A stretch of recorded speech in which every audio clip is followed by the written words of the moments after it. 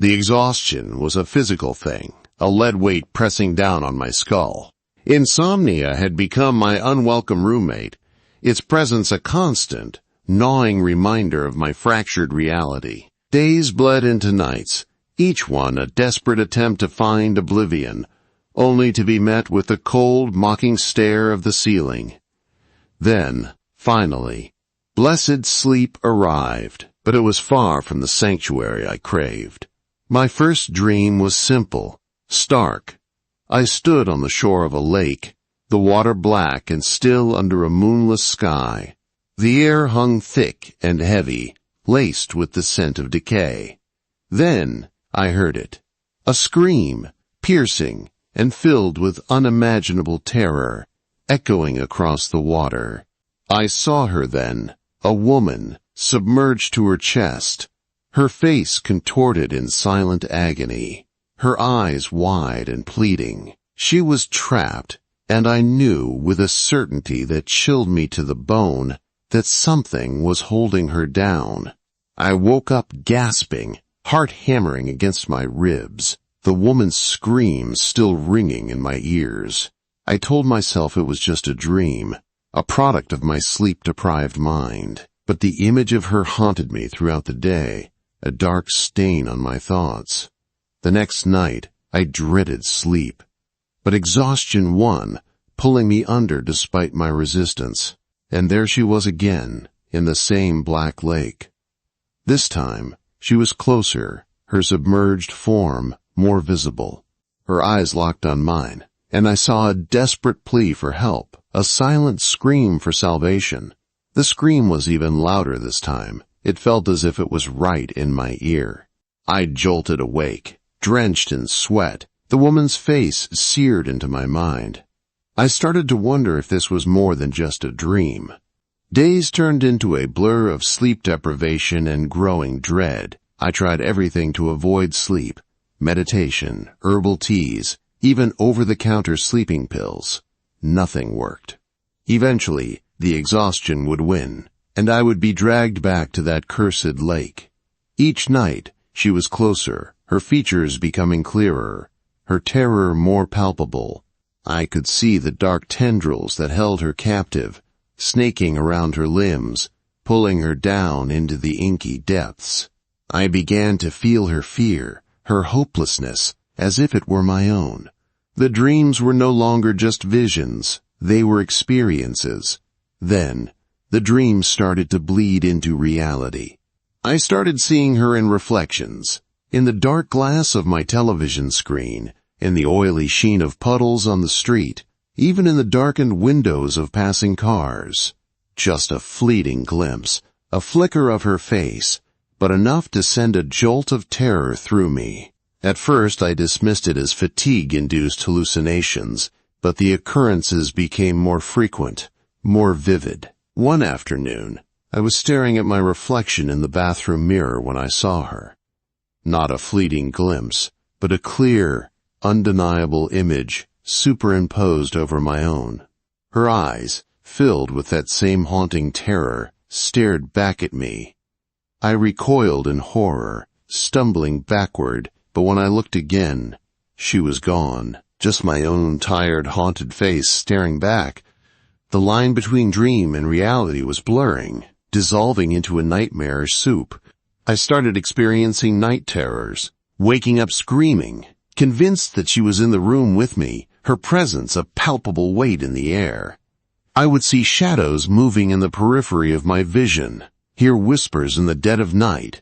My friends and family grew concerned. They saw the dark circles under my eyes, the haunted look in my eyes, the erratic behavior. They urged me to see a doctor, a therapist, anyone who could help. But how could I explain what was happening to me? How could I tell them about the woman in the lake, the dreams that were poisoning my waking hours, the ghostly apparitions that haunted my every waking moment? They would think I was insane. I was trapped in a spiral of fear and isolation. I felt like I was losing my mind, losing my grip on reality. And then, one night, the dreams took a terrifying turn. I was in the lake with her. I wasn't just an observer anymore. I was standing beside her, the cold, black water lapping at my chest. I could feel the tendrils, slimy and cold, wrapping around my own legs, pulling me down. I reached out to her, desperate to help, but she just stared at me with those haunted eyes, her expression a mixture of fear and resignation. "Help me," she whispered, her voice raspy and weak. "Please, help me." I struggled against the tendrils, trying to break free, but they were too strong. They pulled me deeper, dragging me down into the suffocating darkness. I looked at her, and she stared back. Then, everything went black. I woke up in a cold sweat, gasping for air, my body trembling uncontrollably. But something was different. The room felt unfamiliar, the air heavy and oppressive. I looked down at my hands, and they seemed strange, unfamiliar. I rushed to the mirror, and what I saw there made my blood run cold. It was my face, but it wasn't me. There was something different about the eyes, a cold, dead emptiness that I didn't recognize. It was as if someone else was looking back at me, someone cold and malevolent. I raised my hand to the mirror, touching the glass, tracing the outline of my face. It was me, but it wasn't. It was like looking at a mask, a hollow shell inhabited by something alien and sinister. Then I heard a voice, a woman's voice, whispering in my head. "Thank you," she said. "You freed me, and now I'm free to live." I realized with a sickening jolt what had happened. I wasn't just dreaming her nightmare, I was trapped in it. She had pulled me into her world, and in doing so she had escaped.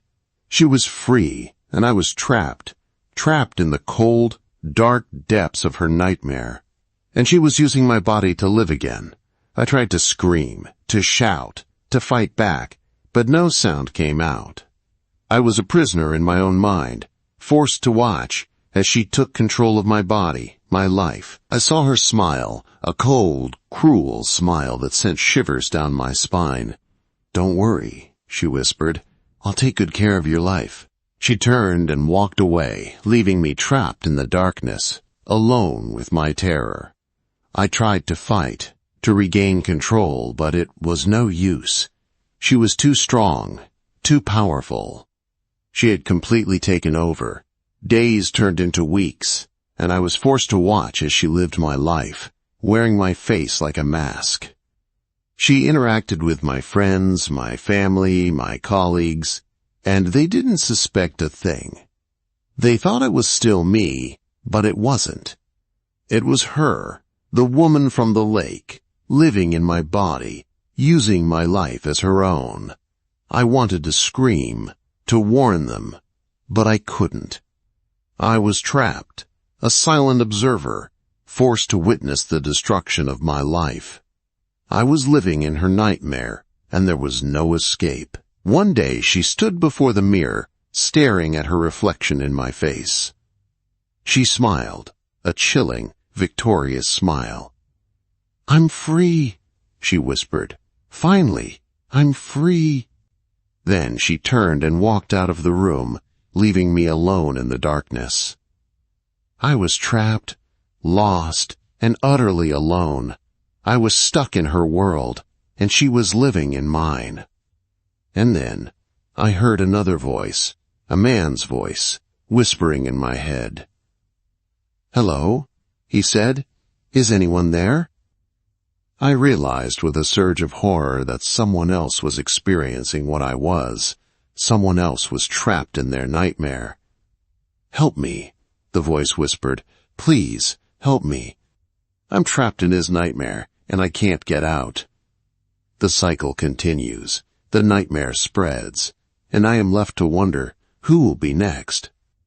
Who will fall asleep and wake up deeper in her nightmare? Or, perhaps, in my nightmare. The thought chills me to the bone, a cold, creeping dread that will forever be my only companion in this terrifying, endless abyss.